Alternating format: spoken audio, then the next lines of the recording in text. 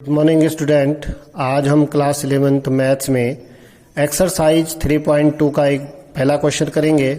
इस पहले क्वेश्चन को ध्यान से अगर आप समझ गए तो आप सारे के सारे क्वेश्चनों को आसानी से लगा देंगे। आपसे इस क्वेश्चन इनमें ये पूछा जाएगा कि आपको कोई एक त्रिकोणमितीय फलन का मान दे दिया जाएगा और उसके आधार पर आपको बाकी के 6 त्रिकोणमितीय फलनों को निकालना होगा और साथ में ये आपको दे दिया जाएगा कि ये जो है त्रिकोणमितीय फलन कौन से चतुर्थांश में स्थित है। माना जैसे यहां पर देखिए cos x दे रखा है -1/2 और आपसे कहा है कि ये तीसरे चतुर्थांश में स्थित है। तो आप ऐसे भी जानते हैं कि cos का वैल्यू यदि दे रखा है और वो तीसरे चतुर्थांश में है तो ऑलवेज नेगेटिव होगा, क्योंकि तीसरे चतुर्थांश में cos क्या होता है, नेगेटिव होता है। आप लोगों को मैंने कल बताया था कि प्रथम चतुर्थांश सारे त्रिकोणमितीय फलन धनात्मक, द्वितीय चतुर्थांश साइन और उसका उल्टा cosec धनात्मक, तीसरा चतुर्थांश tan और tan का उल्टा cot धनात्मक और चौथा चतुर्थांश cos और cos का उल्टा sec धनात्मक, बाकी ऋणात्मक। वो टेबल मैंने बताई थी, टेबल को भी मैंने कहा याद नहीं करना, इस तरीके से समझना। अब आपको अगर एक वैल्यू दे दी जाए तो आप इसको कर सकते हैं, पाइथागोरस का लगा के भी आप कर सकते हैं, लेकिन कक्षा 10 में हमने एक सर्व समीका पढ़ी थी जो इन सारे सवालों को सॉल्व करने में आपकी बहुत मदद करेगी। सर्व समीका क्या पढ़ी थी कि sin square X plus cos square X is equal to कितना होता है, 1। अगर sin square X plus cos square X is equal to 1 होता है और cos x का हमारे पास वैल्यू है तो हम sin का वैल्यू आराम से निकाल सकते हैं।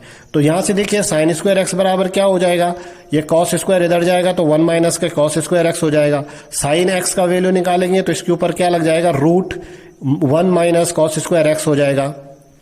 Sign X is equal to हो जाएगा √1 माइनस कॉस स्क्वायर एक्स, और कॉस स्क्वायर एक्स का वैल्यू हमको क्या दे रखा है, -1/2, और कह रहा है कि ये थर्ड क्वाड्रेंट में है, ये थर्ड क्वाड्रेंट में है तो थर्ड क्वाड्रेंट में नेगेटिव होता है और दे भी रखा है। तो आपने जैसे ही यहां पर cos x का वैल्यू रखा -1/2 तो ये -1/2 का स्क्वायर करो तो कितना हो जाएगा, 1 - 1/4 -1 इज इक्वल टू कितना हो जाएगा, √3/2। अब ये sin x का वैल्यू आपने √3/2 निकला, स्क्वायर रूट हटाया तो ये दोनों वैल्यू आएंगी +b और -b। यहां पर आपको ध्यान देने की जरूरत है कि आपसे कहा क्या है कि तीसरे चतुर्थांश की बात की है, तो तीसरे चतुर्थांश मतलब cos नेगेटिव, तीसरे चतुर्थांश में देखना होगा आपको कि साइन तीसरे चतुर्थांश में कैसा बिहेव करता है।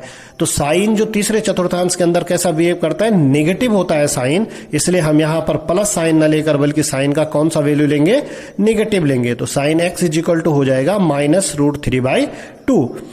ये चीजें आपने 2-3 चीजें यहां पर ध्यान देनी। एक तो इस इक्वेशन को ध्यान में रखना है जो आपके पास है sin square X plus cos square X is equal to 1। दूसरी जो लगेगी उसको मैं बताऊंगा, और साथ ही साथ आपको ये ध्यान में रखना है कि जो आपने त्रिकोणमितीय फलन, जो ट्रिग्नोमेट्रिकल फंक्शन आपने फाइंड किया है वो कहां पर कंसिस्ट कर रहा है, वो फर्स्ट क्वाड्रेंट में है, सेकंड में है, थर्ड में है कि फोर्थ में। यहां पर आपसे कहा गया था कि थर्ड क्वाड्रेंट में है। अगर ये थर्ड क्वाड्रेंट में है तो थर्ड क्वाड्रेंट में साइन क्या होता है, नेगेटिव, इसलिए हमने साइन का x का वैल्यू क्या लिया है, नेगेटिव लिया है, -√3/2 लिया। अब आपको अगर आपको साइन और कॉस पता चल जाए तो आप 6 के 6 त्रिकोणमितीय फलनों में से अब आप किसको जो भी पूछा जाए आप आराम से निकाल सकते हैं। देखिए साइन का उल्टा क्या होता है, cosec। अगर साइन का वैल्यू -√3/2 है तो इसको जस्ट अपोजिट कर दो, उल्टा कर दो, तो cosec का वैल्यू कितना हो जाएगा, देखो -2/√3 हो जाएगा। इसको ऊपर इसको नीचे ले आओ, आपको पता है कि cosec x is equal to क्या होता है, 1/sin x। लेकिन ये ध्यान रखना, cosec x is equal to sin x, इस माइनस को हटा दो, और sin x का वैल्यू कितना है, माइनस, तो इसलिए आपके पास ये आ जाएगा। अब आप जानते हैं कि tan x बराबर क्या होता है, sin x upon cos x। तो tan x is equal to sin x upon cos x is equal to sin x का वैल्यू -√3/2 और cos x का वैल्यू -1/2। तो 2 से 2 कैंसिल आउट हो गया, माइनस से माइनस कैंसिल आउट हो गया, √3। अब ये भी चेक करना है कि tan, देखिए tan थर्ड क्वाड्रेंट में क्या है, पॉजिटिव है। अगर tan थर्ड क्वाड्रेंट में पॉजिटिव है तो यहां भी पॉजिटिव आ रहा है। इस तरीके से आपने सारे ट्रिग्नोमेट्रिकल फंक्शन को कंसीडर करना है। तो tan का वैल्यू, अगर आपका वैल्यू tan का वैल्यू √3 आ गया तो tan का जस्ट अपोजिट क्या होता था, cot। तो cot x का वैल्यू कितना हो जाएगा, 1/√3, और cot भी यहां पॉजिटिव होता था इसलिए cot का वैल्यू क्या आ गया, पॉजिटिव। अब आपके पास एक cosec कितना दे रखा है, cos x दे रखा है आपके पास -1/2, और cos का जस्ट अपोजिट क्या होता था, sec। तो sec का वैल्यू क्या हो जाएगा, 2 ऊपर और 1 नीचे, तो sec x is equal to -2 हो जाएगा। और ये चेक करना है कि sec x कैसा है, पॉजिटिव है कि नेगेटिव है। तो sec देखिए थर्ड क्वाड्रेंट में तो sec नेगेटिव रहता है, इसलिए इसका वैल्यू भी क्या है, नेगेटिव। इसी तरीके के आपके क्वेश्चन नंबर 2, 3, 4 है, आप उनको सॉल्व करो। कहीं दिक्कत होती है आप तो मुझसे पूछ लो। Thank you.